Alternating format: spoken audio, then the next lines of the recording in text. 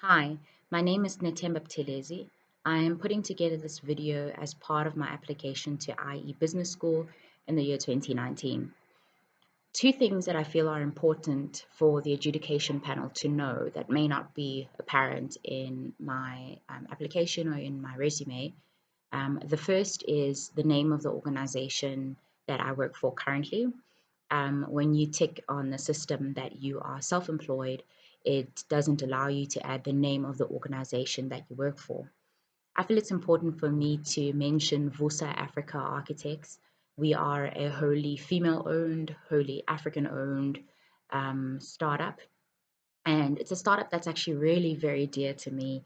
Um, we are riding on the back of experience in residential, commercial, educational, and retail sectors.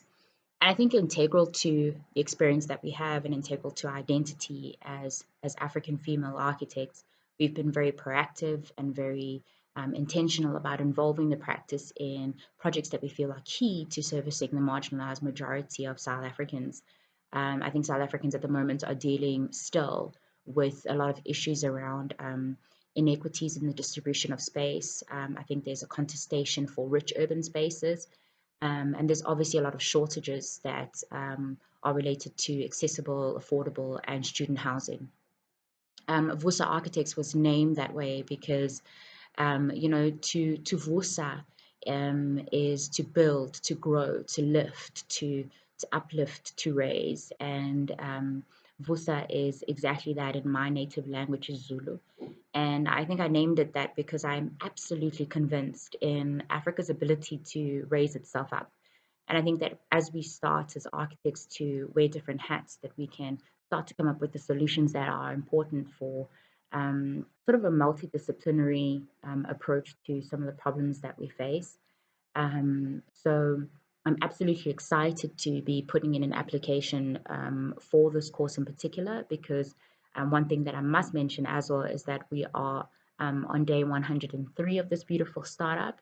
And although the company was established in 2012, we are now fully operational. And I think I've been dealing with a lot of the issues that many owners of startups would kind of list as well, issues about strategic planning and decision making as it relates to that strategic planning, collaboration and accountability, and setting up systems where one can facilitate communication between those who are working in the office and those who are working outside of the office, issues relating to financing and assets of the company. So there's a whole lot of things that I think as creative people we need to and have to seek out opportunities to formalize our education particularly when it relates to business.